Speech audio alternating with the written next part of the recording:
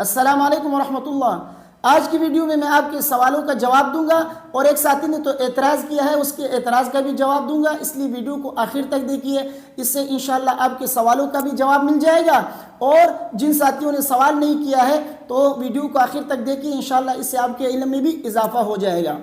سب سے پہلے تو اعتراض کا جواب دوں گا۔ اعتراض یہ کیا ہے ایک ساتھی نے کہ مفتی صاحب آپ نے جو یہ کہا ہے کہ سبحان اللہ و بحمدہ سبحان اللہ العظیم استغفر اللہ کا جو وظیفہ ہے، اگر آپ صبح صادق کے بعد اور فجر کی نماز سے پہلے پڑھیں گے تو اس سے آپ کو فضیلت حاصل ہوگی، فجر کی نماز کے بعد پڑھیں گے دوسرے وقت میں تو اس سے آپ کو فضیلت حاصل نہیں ہوگی، کوئی فائدہ نہیں ہوگا۔ آپ نے کہا ہے کہ بالکل فائدہ نہیں ہوگا، آپ کا یہ کہنا صحیح نہیں ہے، بلکہ یہ اللہ کا ذکر ہے، کسی بھی وقت آپ پڑھ لیں تو اس سے فائدہ ہوگا۔ تو آپ کو یہ کہنا چاہیے کہ خاص وقت میں جو فائدہ ہوتا ہے وہ زیادہ ہوتا ہے، اور دوسرے وقت میں آپ پڑھیں گے تو فائدہ تو ہوگا لیکن اس خاص وقت سے کم فائدہ ہوگا، آپ کو یہ کہنا چاہیے۔ دیکھیے اصل میں شاید یہ بھائی میری بات نہیں سمجھے ہیں، میں نے جس موضوع پہ بات کی ہے نا اس موضوع کے متعلق میں نے کہا ہے کہ کوئی فائدہ نہیں ہوگا۔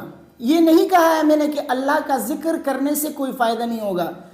اللہ کا ذکر کرنے سے فائدہ کیوں نہیں ہوگا؟ سبحان اللہ و بحمدہ سبحان اللہ العظیم استغفر اللہ، یہ بھی اللہ کا ذکر ہے۔ یہ ذکر آپ کسی بھی وقت پڑھیں گے آپ کو اجر و ثواب تو ملے گا، کیونکہ اللہ کا ذکر ہے۔ اللہ نے خود قرآن میں فرمایا یا ایھا الذین آمنوا اذکروا اللہ ذکرا کثیرا، اے مومنو اللہ کا ذکر کثرت سے کرو۔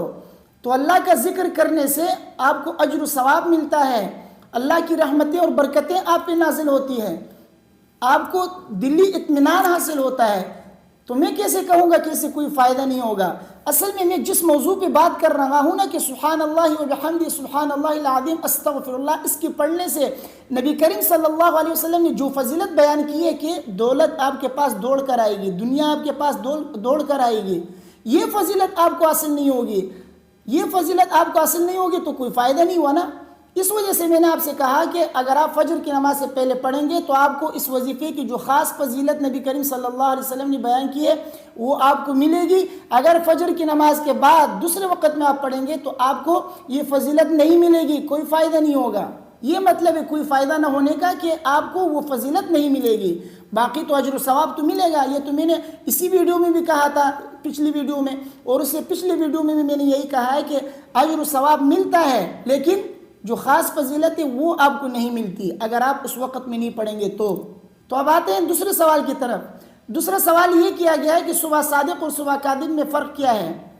دیکھیے رات کے آخری حصے میں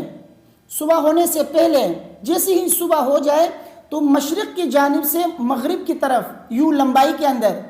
ایک روشنی پھیلتی ہے، ایک سفیدی دکھائی دیتی ہے، وہ تھوڑی دیر کے لیے رہتی ہے اور پھر ختم ہو جاتی ہے، اس کو کہتے ہیں صبح کاذب۔ پھر اس کی تھوڑی دیر کے بعد یوں چوڑائی کے اندر آسمان کے کناروں میں دوسری سفیدی دکھائی دیتی ہے، وہ سفیدی جو ہے بڑھتی جاتی ہے، اس کے بعد جو ہے روشنی پھیل جاتی ہے، اس کو کہتے ہیں صبح صادق۔ تو صبح صادق یوں لمبائی کے اندر ایک سفیدی پھیلتی ہے اور وہ پھیلتی جاتی ہے، روشنی ہو جاتی ہے، اور صبح کاذب وہ سفیدی ہے جو یوں لمبائی کے اندر پھیلتی ہے مشرق سے مغرب کی طرف، وہ تھوڑی دیر کے لیے رہتی ہے اور پھر ختم ہو جاتی ہے۔ تو صبح صادق جو ہے یوں چوڑائی میں پھیلتی ہے اور بڑھتی جاتی ہے، اس کے بعد جو ہے فجر کا وقت شروع ہو جاتا ہے۔ صبح صادق جیسے ہی ہو جائے فجر کا وقت شروع ہو جاتا ہے، پھر اس کے بعد جو ہے تہجد کی نماز پڑھنا صحیح نہیں ہے، تہجد کا وقت ختم ہو جاتا ہے، کیونکہ تہجد کا جو وقت ہے وہ صبح صادق تک ہے۔ تو جیسے روشنی آپ کو آسمان میں یوں نظر آئے چوڑائی کے اندر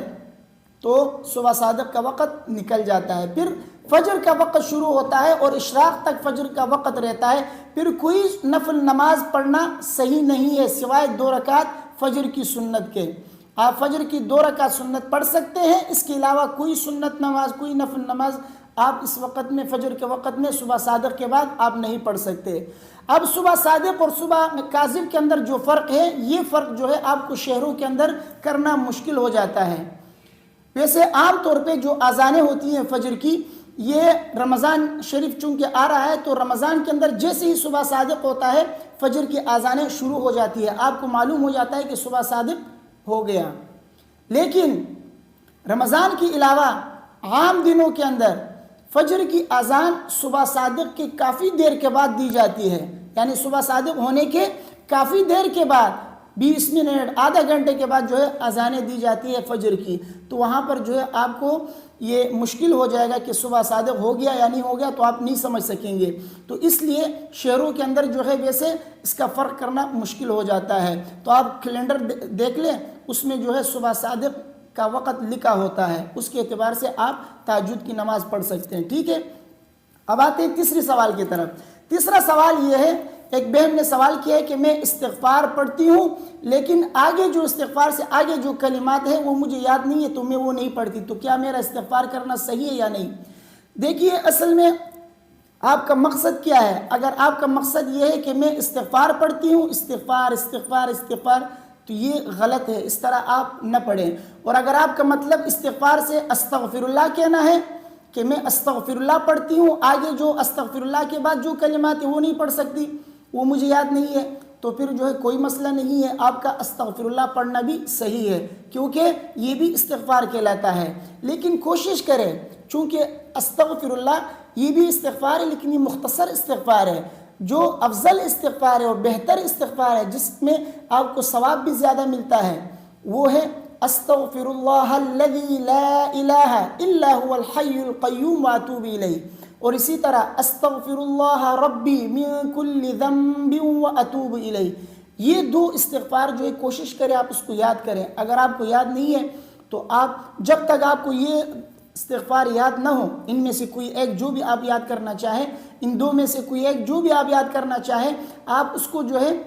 یاد کرنے تک آپ استغفر اللہ پڑھتے جائیں، جب وہ یاد ہو جائے اس کے بعد پھر آپ وہ پڑھتے جائیں، کیونکہ اس میں آپ کو اجر و ثواب زیادہ ملتا ہے، وہ افضل استغفار کہلاتا ہے، ٹھیک ہے۔ تو اس وجہ سے آپ کوشش کریں، اس کو یاد کرنے کی کوشش کریں، جب تک یاد نہ ہو تو آپ استغفر اللہ استغفر اللہ استغفر اللہ پڑھتے جائیں، جب یاد ہو جائے پھر آپ وہ پڑھ لیں۔ مجھے امید ہے کہ میری باتیں آپ کے سمجھ میں آ گئی ہوں گی۔ ویڈیو کو اپنے دوستوں کے ساتھ لازمی شیئر کیجئے، مجھے اپنے دعاؤں میں یاد رکھیے۔ اگر کوئی سوال آپ کے ذہن میں ہے تو آپ کمنٹ کر دیں، انشاءاللہ اس کا جواب میں آپ کو دے دوں گا، اور میری کوشش ہوگی اسی طرح میں ہفتے میں ایک ویڈیو اس پر بناؤں جس میں آپ کے سوالات ہو اور میں آپ کے سوالات کا جوابات اس ویڈیو میں دے دیا کروں۔ السلام علیکم ورحمۃ اللہ۔